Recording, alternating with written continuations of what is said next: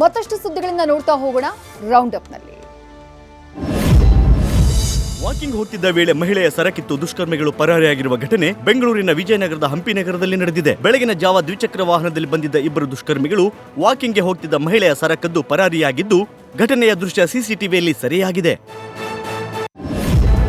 BJP ಮುಖಂಡನ ಮನೆ ಮೇಲೆ IT ride ಆಗಿದೆ. ಚಿಕ್ಕಬಳ್ಳಾಪುರ ಲೋಕಸಭಾ ಅಭ್ಯರ್ಥಿ ಕೆ ಸುಧಾಕರ್ ಆಪ್ತ ಗೋವಿಂದ ಎಂಬುವರ ಮನೆ ಮೇಲೆ ದಾಳಿ ಮಾಡಲಾಗಿದೆ. ಮಾದಾವರ ನಿವಾಸದ ಮೇಲೆ ದಾಳಿ ನಡೆಸಿದ ಐಟಿ ಅಧಿಕಾರಿಗಳು ಸುಮಾರು 3.15 ಕೋಟಿ ನಗದು ಹಾಗೂ ಕೋಟ್ಯಾಂತರ ಮೌಲ್ಯದ ಚಿನ್ನಾಭರಣ ಪತ್ತೆಯಾಗಿದೆ ಅನ್ನೋ ಮಾಹಿತಿ ಇದೆ.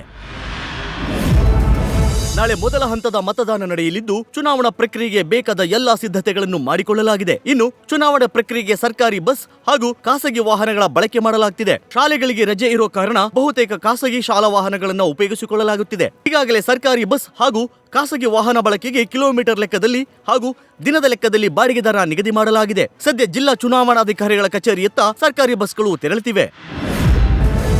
ರಾಜ್ಯದಲ್ಲಿ ಮೊದಲನೇ ಹಂತದ ಮತದಾನಕ್ಕೆ ಕ್ಷಣಗಣನೆ ಆರಂಭವಾಗಿದೆ. ನಾಳೆ ಬೆಳಗ್ಗೆ 7 ಗಂಟೆಯಿಂದ ಸಂಜೆ 6 ಗಂಟೆಯವರೆಗೆ ಮತದಾನ ನಡೆಯಲಿದೆ. ಈಗಾಗಲೇ ಮನೆ ಮನೆಗೆ ವೋಟರ್ ಸ್ಲಿಪ್ ವಿತರಣೆ ಮಾಡಲಾಗಿದೆ. ಸದ್ಯ ವೋಟರ್ ಲಿಸ್ಟ್ ನಲ್ಲಿ ಹೆಸರಿದ್ದು ಗುರುತಿನ ಚೀಟಿ ಇಲ್ಲದಿದ್ದರೂ ವೋಟ್ ಮಾಡಲು ಕೇಂದ್ರ ಚುನಾವಣಾ ಆಯೋಗ ಅವಕಾಶ ನೀಡಿದೆ.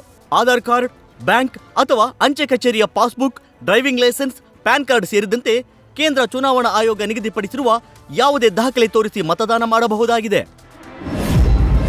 ನಾಳೆ ಮತದಾನ ನಡೆಯುವ ಕ್ಷೇತ್ರಗಳ ಪೈಕಿ ಬೆಂಗಳೂರು ಗ್ರಾಮಾಂತರ ಲೋಕಸಭಾ ಕ್ಷೇತ್ರವನ್ನ ಅತಿ ಸೂಕ್ಷ್ಮ ಕ್ಷೇತ್ರ ಎಂದು ಆಯೋಗದಿಂದ ಘೋಷಣೆ ಮಾಡಲಾಗಿದೆ. ಹೀಗಾಗಿ ಬೆಂಗಳೂರು ಗ್ರಾಮಾಂತರದಲ್ಲಿ ಪ್ಯಾರಾಮಿಲಿಟರಿ ಫೋರ್ಸ್ ನಿಯೋಜನೆ ಮಾಡಲಾಗಿದೆ. ಬೆಂಗಳೂರು ಗ್ರಾಮಾಂತರ ಕ್ಷೇತ್ರದಲ್ಲಿರುವ 2829 ಮತಗಟ್ಟೆಗಳಲ್ಲೂ 2 ಪಟ್ಟು ಹೆಚ್ಚಿನ ಭದ್ರತೆ ಒದಗಿಸಲಾಗಿದೆ.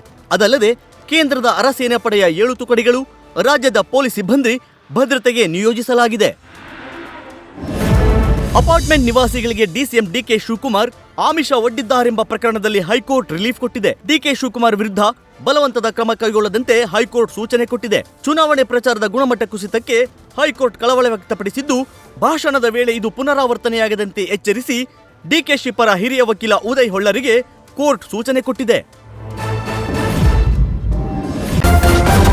ನ್ಯೂಸ್ ಫಸ್ಟ್ ನಿರ್ಭೀತಿಯಿಂದ ನಿಮ್ಮ ಪರವಾಗಿ.